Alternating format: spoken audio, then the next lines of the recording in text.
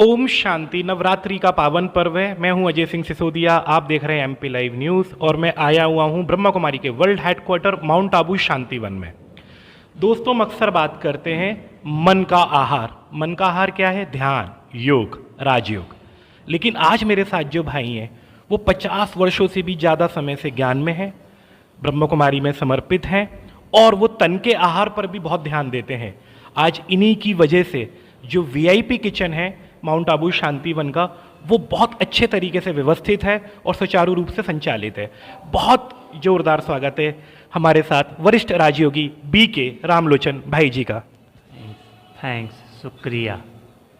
तो आपके शुक्रिया के साथ भाई जी मेरा पहला सवाल, कितने वर्ष हो गए आपको ब्रह्मा कुमारी से जुड़े हुए और कैसे आपको इस संस्थान के बारे में पता लगा? मुझे लगभग हो गया 50 साल इस संस्थान के बारे में, चूँकि इस ज्ञान से पहले मेरा जीवन बहुत बुरा था, लेकिन मैं बहुत संपन्न परिवार का था। तो संपन्न परिवार होने के कारण थोड़ी आदतें ज़्यादा बिगड़ गई थी। उनको छोड़ना चाहता था लेकिन कोई रास्ता नहीं मिल रहा था। हालांकि जो मेरे नॉलेज में थी, चारों धाम की तीर्थ यात्रा करना, दान पुण्य करना, सेवा करना, साधु संतों को खिलाना, ये सब करता था।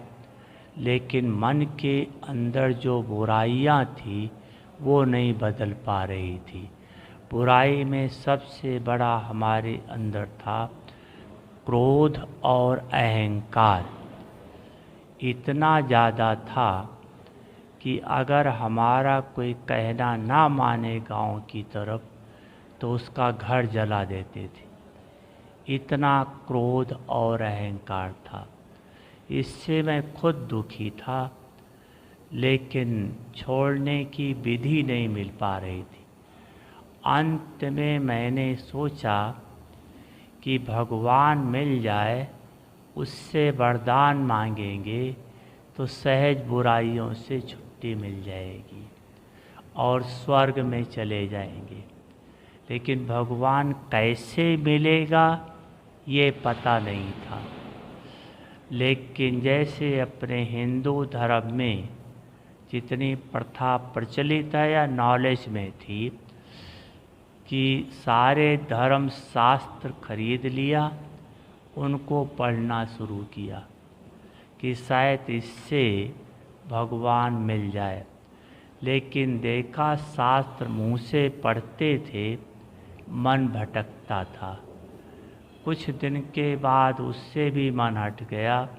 फिर भक्ति करना शुरू किया, पूजा पाठ जिसका भी जानते थे, जितनी भी देवी देवताओं का, ये ना नाराज़ हो जाएं, वो ना नाराज़ हो जाएं, डर के मारे जितने थे सबकी पूजा और अर्चना करना, उनको यथाशक्ति जो होता था करते थे। लेकिन कुछ परिवर्तन नहीं आ रहा था। तो एक दिन एक मन में प्रतिज्ञा किया कि अगर 1 मास के अंदर भगवान ना मिला तो मैं रोज़ सुबह 4 बजे गंगा जी में स्नान करने जाता था कलकत्ता में। तो हम 4 बजे गए स्नान करने और फिर वापस नहीं आऊँगा अगर 1 महीने में भगवान नहीं मिला तो। ऐसे करते, पूजा पाठ करते, शास्त्र पढ़ते, 30वां दिन आ गया। कुछ भगवान मिलेगा ये किसका कुछ भी नहीं था। उस दिन एकादशी थी, तो हमने निराजल व्रत रखा हुआ था। तो पूजा पाठ करके ऐसे कमरे में 2 बजे जा करके थोड़ा सोया था। 4 बजे आँख खुली, उठ करके चल पड़ा। कहाँ जाना है, किस लिए जाना है, ये कुछ पता नहीं, लेकिन चला उसी रास्ते से जिस रास्ते से रोज़ जाता था। तो कलकत्ता में म्यूज़ियम था, तो म्यूज़ियम से रोड से ही वहाँ एक देवी का चित्र रखा हुआ था, जैसे कलकत्ता में बनाते हैं, सरस्वती का चित्र था। तो मंदिर समझकर अंदर गए, सारा म्यूज़ियम देखा, कुछ भी समझ में नहीं आया। फिर बाद में एक किताब ली, छोटी सी किताब है, विकारों पर विजय कैसे प्राप्त हो। तो रात की ड्यूटी में उस किताब को पढ़ना शुरू किया। तो जितना जितना पढ़ते थे, थोड़ी थोड़ी शांति की महसूसता होती थी। तो मैं सोचा कि वहाँ जो बहन जी ने 7 दिन के कोर्स के लिए कहा है, 7 दिन का कोर्स नहीं, 2 दिन का कोर्स करके देखते हैं। अगर कुछ भगवान नहीं मिला तो 2 दिन के बाद गंगा जी में शरीर छोड़ूंगा, मतलब 2 दिन का पोस्टपोन हो गया। फिर उसके बाद जाकर कोर्स में पहला दिन का लेसन लिया और योग की विद्धि सिद्धि किताब ले ली, और ड्यूटी में आकर आंखें बंद करके राम को याद करके किताब के पेज को खोला, तो जो योग की कमेंट्री है वो पेज खुला। तो उसको रट करके 2 बजे रात को मन में ऐसे आंखें ऊपर करके वो रिपीट करना शुरू किया। तो थोड़ी देर में क्या देखा, ऊपर एक लाइट का गोला दिखाई दिया और उससे जो किरणें आ रही थी, उससे सारी कर्म इंद्रियाँ शांत और शीतल हो गई। एक अजीब किस्म की सुख की अनुभूति हुई। बस उस दिन से यह रास्ता अपना लिया। आपने एक बात की कि जब आप संपन्न परिवार से थे और इस वजह से कुछ खराब आदतों में भी थे, लेकिन आप साधु संत की सेवा करना या धार्मिक कार्यों में आप रुचि रखते थे। तो क्या धार्मिक, या जिसको हम बोलते हैं कि रिलीजियस जो रिचुअल्स होते हैं, उसी से अध्यात्म का रास्ता खुलता है? जी, बिना भक्ति के भगवान नहीं मिलता है। जब तक भक्ति करते करते जब भक्ति का अंत आता है, तब भगवान मिलता है। इसलिए भगवान को पाने के लिए भक्ति आवश्यक है, लेकिन इस समय भगवान आ चुका है, अब भक्ति करना आवश्यक नहीं है। अब भगवान से ज्ञान लेकर भगवान से वर्षा अर्थात मुक्ति, जीवन मुक्ति का अधिकार लेने का समय है। ये समय भक्ति करने का नहीं है। अभी आपने भक्ति की बात करी, शक्ति के दिन चल रहे हैं, नवरात्रि, आप कैसे देखते हैं माँ दुर्गा को? जी, माँ दुर्गा अर्थात जितनी देवियाँ हैं, इनको शिव शक्ति कहा जाता है। शिव से प्राप्त की हुई शक्ति लेकर ये शिव शक्ति बनी। तो जो शिव शक्तियाँ गाई हुई हैं, इसी समय परमात्मा शिव हम सब आत्माओं को कहता है, मेरे साथ बुद्धि योग जोड़ो और मेरे से शक्ति लेकर मेरे समान शक्तिशाली बनो। तो ये समय है देवियों के समान परमात्मा से शक्ति लेकर शक्ति स्वरूप बनने का। अभी सिर्फ दर्शन से काम नहीं चलना है, लेकिन शक्ति लेकर दर्शनीय मूर्त बनना है, जिससे दूसरे का भी कल्याण हो।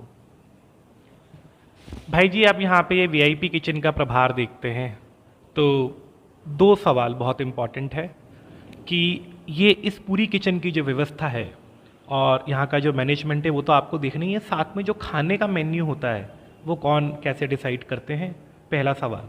और दूसरा मैं आपसे पूछ रहा हूँ, ऐसा है, जो वीआईपी जिस स्टेट के होते हैं पहले ये पता करते हैं, उस स्टेट के अनुसार उनको भोजन देते हैं। अगर उस स्टेट के अनुसार भोजन नहीं मिलता है तो संतुष्ट नहीं होते हैं। जैसे एक हंसी की बात बताता हूँ, एक आए थे त्रिपुरा से गवर्नर यहाँ, लेकिन वो थे यूपी के। तो उनको जब पता पड़ा मैं यूपी के हैं, तो यहाँ उनको मैंने यूपी का खाना खिलाया। यूपी का जैसे होता है अपना गाढ़ी दाल होती है, दाल के ऊपर घी ज़रूरी होता है डालना, समोसा है आदि जो यूपी का आइटम होता है वो उनको यहाँ खिलाया। और खा पी करके फिर वो ऊपर ज्ञान सरोवर गए। ज्ञान सरोवर वालों ने उन्होंने कई वैरायटी खाना बनाया। गवर्नर हैं तो ज़रूर इतना वैरायटी बनाएंगे, लेकिन उनको खाना पसंद नहीं आया। वो बोला नीचे जाके खाएंगे। तो कहने का भाव कि पहले ये देखते हैं किस स्टेट के हैं, उस स्टेट के अनुसार खाना चॉइस करते हैं, फिर वैसा बनाते हैं। हमारे जो कैमरामैन है वो यूपी के हैं, उनके मुंह में पानी आ गया होगा, गाढ़ी दाल, घी और समोसा ये सब जो आपने बोला है। तो भाई जी ये तो है ही कि जो व्यक्ति जहाँ का है, जिस स्टेट का है, वहाँ का खाना पीना आप उनको खिलवाएंगे तो ज़्यादा पसंद आएगा। बट कभी क्या लोगों ने बहुत गंभीर तरीके से शिकायत करी है आपके पास कि ये क्या खाना है, हमको मज़ा नहीं आ रहा है? ज़्यादातर लोग तो यहाँ परमात्मा से आशीर्वाद लेने ही आते हैं, बट दुनिया है, क्या कभी ऐसा हुआ है? आज तक तो हमारे सामने ऐसा कोई नहीं हुआ है। सब ने खाने की महिमा ही की है और सब थैंक्स देकर गए हैं। बाकी अगर बाई चांस किसी को ऐसा लगता है कि खाना ठीक नहीं है, कुछ हुआ, तो तुरंत उनसे पूछ करके उसको परिवर्तन कर लेते हैं। जैसा उनको पसंद है वैसा बना कर दे देते हैं। एक और बात भाई जी मैंने देखी कि जब भी यहाँ पे कोई बड़ा आयोजन होता है शांतिवन में, जैसे बाबा मिलन बहुत बड़ा आयोजन है, उसके बावजूद एक तरफ फंक्शन चल रहा होता है, सारे भाई बहन वहाँ बाबा में बुद्धि योग लगा रहे होते हैं, फिर भी किचन टाइम पे खुलती है, टाइम पे खाना मिलता है। ये कैसे होता है? यहाँ ऐसा है, हर एक डिपार्टमेंट को अपनी अपनी सेवा मिली हुई है। तो हर एक डिपार्टमेंट अपने टाइम पर अपने आप एडजस्ट करता है कि ये सेवा भी हो और भगवान को याद भी करें। जैसे भोजन बनाने वाले ने अपने टाइम पर बना दिया, अब खिलाने वाला वो अपना टाइम फिक्स करेगा, अपने टाइम पर खिलाएगा। बनाने वाले से मतलब नहीं है, बनाने वाले का अपना है। लेकिन ये वीआईपी डिपार्टमेंट दोनों है, तो उसमें कई बार हमें क्लास का त्याग करना पड़ता है। वीआईपी जैसे होते हैं तो थोड़ा त्याग करना पड़ता है लेकिन उसमें खुशी बहुत होती है जी। क्योंकि अगर थोड़े से त्याग से कोई खुश होता है, उसकी दिल की दुआ मिलती है, तो वही असली कमाई है। बहुत बड़ी बात कही है वरिष्ठ राजयोगी बीके रामलोचन भाई ने कि हमको कई बार क्लास भी छोड़नी पड़ती है, क्योंकि लोग जब खाना खा के जो दुआ देते हैं वो असली कमाई है, वो सच्चा अध्यात्म है, वही सही आत्मा का सुख है। भाई जी यहाँ पे कितने समर्पित भाई बहन फुल टाइम वीआईपी किचन की व्यवस्था में रहते हैं? करीब 10। तो सिर्फ 10 लोगों से आप इतना कुछ कर पाते हैं? सेवाधारी भी होते हैं, अच्छा अच्छा। हेल्प और दूसरी तरफ से आते हैं, तो सेवाधारी भी होते हैं। 10 हैं जो परमानेंट रहते हैं। और आप कितने समय से यहाँ का प्रभार लिए हुए हैं? 96 से कितना समय? 25 वर्ष हो गए हैं हमारे वरिष्ठ राजयोगी बीके रामलोचन भाई जी को। 25 वर्ष से भी ज़्यादा समय से ये वीआईपी किचन देख रहे हैं, बहुत बड़ी बात है। यहाँ पे इसके पहले भाई जी माउंट आबू में थे। माउंट आबू में ऊपर ऊपर ऊपर भी क्या ज्ञान सरोवर वो की किचन? नहीं, ज्ञान सरोवर तो था ही नहीं, अच्छा सिर्फ पांडव भवन था। अच्छा, सिर्फ पांडव भवन था। हाँ, तो वहाँ भी वीआईपी की सेवा मेरी थी, और भी काम करते थे। बाकी अगर वीआईपी आते थे तो उनका खाना मैं ही बनाता। तो ऊपर इसके पहले पांडव भवन में भी थे। अब अंतिम प्रश्न ये है जो मेरे साथ होता है, मेरा व्यक्तिगत प्रश्न है, अब जनता के सवाल तो बहुत ले लिए, कि जितने दिन हम यहाँ रहते हैं, यहाँ की वाइब्रेशंस में रहते हैं, तो हमें एहसास नहीं होता है कि हम कहाँ हैं। जब हम इस प्रमाइसिस को छोड़ते हैं और अपने काम की तरफ लौट रहे होते हैं तो बहुत बुरा लगता है। ऐसा लगता है आप एक बहुत देवीय ऊर्जा से कहीं दूर जा रहे हैं। आप यहाँ पे हमेशा बने रहते हैं, कई बार आपको ही बाहर जाना पड़ता होगा, क्या आपके साथ भी वैसा होता है? नहीं, आप क्या है, अभी थोड़ा नए नए जुड़े, जी तो अभी थोड़े समय के कारण यहाँ का वायुमंडल आपको अच्छा लगता है बाहर की अपेक्षाकृत।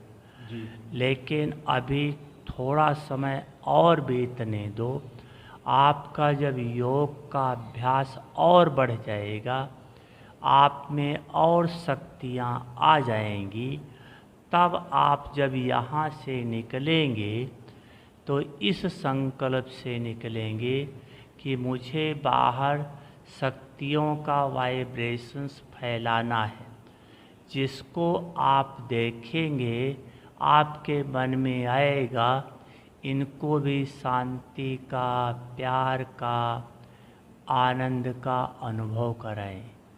आपके विचारधाराओं में परिवर्तन आ जाएगा। फिर आपको जो प्रेजेंट अनुभव हो रहा है वो चेंज होकर पॉजिटिव हो जाएगा। मतलब जहाँ होंगे वहीं शांतिवन होगा।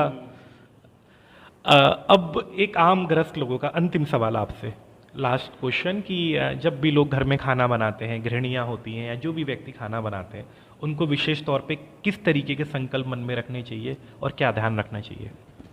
देखो, भोजन बनाते समय संकल्प यही एक विशेष होना चाहिए, चाहे आप किसी के लिए भी बना रहे हो, लेकिन मन में हो कि हम भगवान के लिए प्रसाद बना रहे।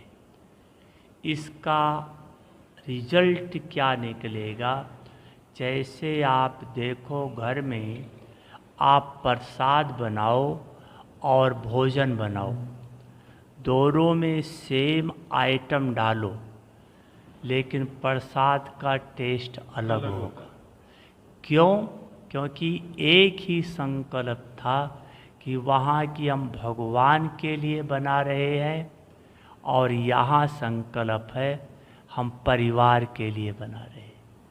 तो भगवान के लिए बना रहे हैं, वो वाइब्रेशंस उस भोजन को स्वादिष्ट भी और पॉजिटिव भी और टेस्टी भी बना देता है। MP लाइव न्यूज़ से बात करने के लिए आपका बहुत बहुत धन्यवाद। ओम शांति। शांति।